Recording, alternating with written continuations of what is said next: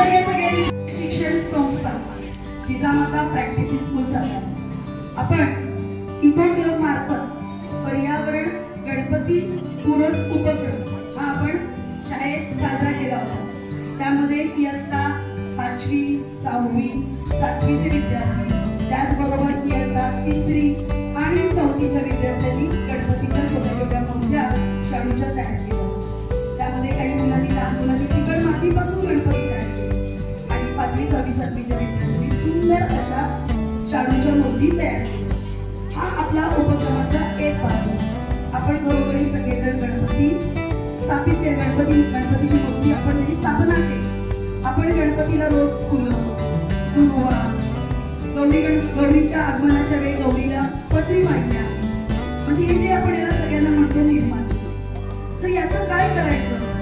तर पूर्वीपासून आपण काय करायचो, गणपती विसर्जन बरोबर आपण त्या नदीच्या पाण्यामध्ये, विहिरीच्या पाण्यामध्ये, तलावामध्ये त्याचं आपण विसर्जन करतो। यातून हळूहळू काय परिणाम दिसून आले, तर पाण्याचे प्रदूषण, पर्यावरणाची हानी, आणि मग यातून हळूहळू आपल्याकडे आपण जागरूकता दाखवायला लागलो आणि गणपतीच्या मूर्ती ज्या आपण शाडूच्या करायचो त्यातून त्याची पुन्हा निर्मिती मातीपासून पुन्हा सुरू झाली। आणि मग हे निर्माल्याचं काय करायचं, तर यासाठी आपण शाळेमध्ये आज हा पर्यावरण पूरक गणपती विसर्जन हा उपक्रम आहे। यामध्ये तुम्हाला समजावं की आपण घरी जेव्हा गणपती विसर्जन करणार आहोत तर त्यामध्ये मूर्तीची विसर्जन करताना कोणकोणत्या गोष्टी आपण करतो।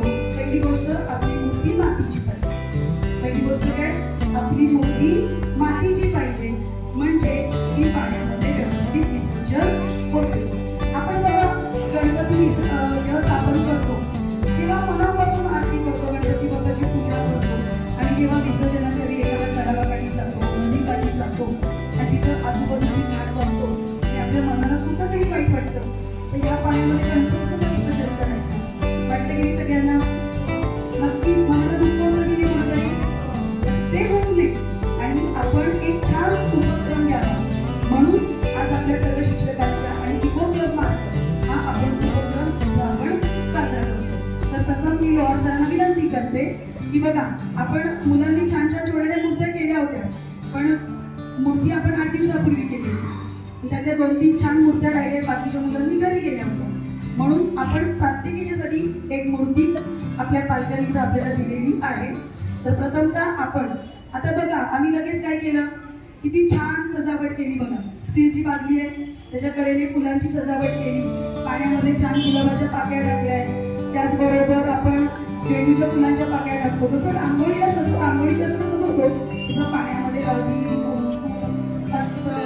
त्याचबरोबर गुलाबाच्या पाकळ्या, गुलाब पाणी, म्हणजे ते पाणी आपण काय केलं, छानपैकी स्वच्छ पाणी आपण गणपती मूर्तीच्या विसर्जनाला घेतलेलं आहे। तर प्रथमतः लोहार आपलं गणपतीच्या मूर्तीचं विसर्जन दाखवतो बघा, घरच्या पाण्यामध्ये विसर्जन।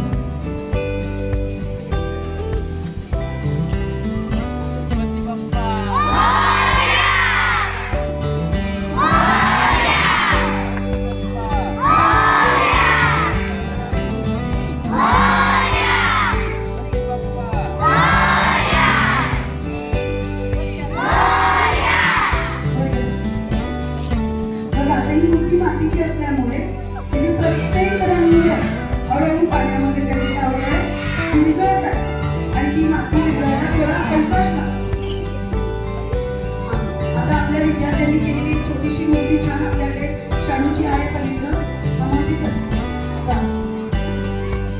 थोड्या वेळाने बघा ती मूर्ती हळूहळू पाण्यातून बुडबुडे येतात का, ती मातीची असते।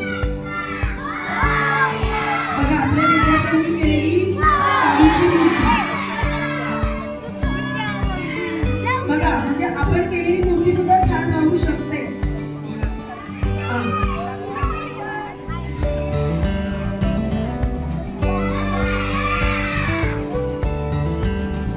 बघा पर्यावरण पूरक गणपती ही आपण घरच्या घरी जसं विसर्जन करून छान पद्धतीनं करू शकतो। आता हे झालं गणपतीचं विसर्जन। आता पुढचा मुद्दा, तो गणपतीला वाहिलेल्या दुर्वा। मी रोज गणपतीला वाहिलेली फुलं घरी कुंडीमध्ये आपण एकत्र करतो,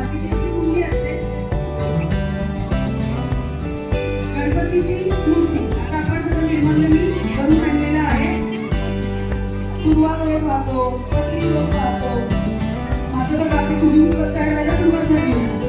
हे बघा हे निर्माल्य असतं. आता हे निर्माल्य आपण काय करतोय कुंडीमध्ये टाकतो आणि त्यात सगळं पाहिलेली फुलं पत्री समजा आपली पानं मोठी असतात तशी कात्रीनं काय करायची किंवा मिक्सरमध्ये बारीक केली की त्याचं पाणी तयार होतं. म्हणजे त्याचं लवकर काय होतं मातीमध्ये त्याचं लवकर विघटन होतं म्हणजे विज्ञान.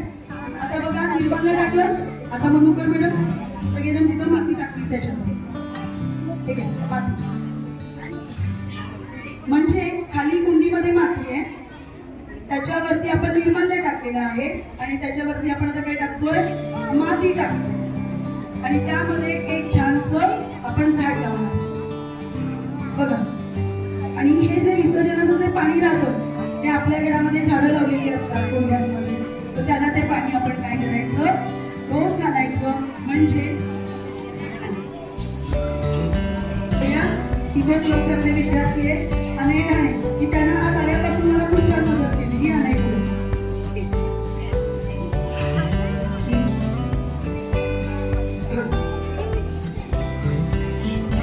बघा. आपल्याकडे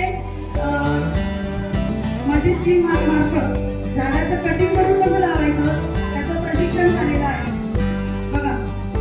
त्यामुळे आपण ते निर्माल्य मातीत केलं त्याचं आपण काय लावतोय त्या मातीमध्ये आपण रोप लावतोय. म्हणजे आपल्या सगळ्या पर्यावरणपूरक गणपतींचं निर्माल्य विसर्जन गणपती विसर्जन हा उपक्रम आपण रोज आपल्या घरी आता आपण हा करू शकतो बघा. सगळी माती व्यवस्थित काही बसली आणि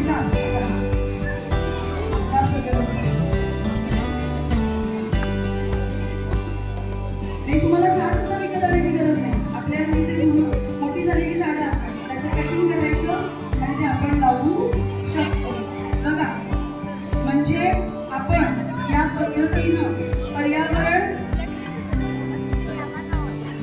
बघा. आता पाण्यामध्ये बुडबुडे यायला सुरुवात झालेली आहे कारण मातीची मूर्ती आहे आणि हळूहळू पाण्यातून बुडबुडे वर येत आहेत बघा. इतर विद्यार्थी पाहत आणि बुडबुडेवरती आणि हळूहळू ही मूर्ती विसर्जित व्हायला 4-5 तास लागतात आणि मग हे पाणी आपण कुठं घालणार झाडांना घालणार आहोत बघा. आता आपल्या घरी काहींचा गणपती 5व्या दिवशी गेला असेल काहींचा गणपती काल 6व्या दिवशी गेला असेल काहींचा गणपती आता अनंत चतुर्दशी दिवशी जाणार आहे. तर सगळ्यांनी मिळून हा उपक्रम करूया का? आणि पुढच्या वर्षी आपल्या घरी गणपतीची मूर्ती आणताना आपण कशाची आणणार आणि तुम्ही स्वतः सुद्धा तयार करू शकता. आणि आपलं रोजचं निर्माल्य एक कुंडी घ्यायची आणि त्या कुंडीमध्ये रोज आणि माती ठेवायची. मग रोज वाढलेली फुलं दुर्वा पत्री ही सगळी कुठे ठेवायची त्या मातीमध्ये ठेवायची. पुन्हा त्याच्यावर दुसरी माती टाकायची म्हणजे ते सगळं निर्माल्य कुजून एक नैसर्गिक खत त्या झाडाला मिळतं. चला सगळेजण हा उपक्रम राबवूया. सगळेजण उपक्रम राबवणार.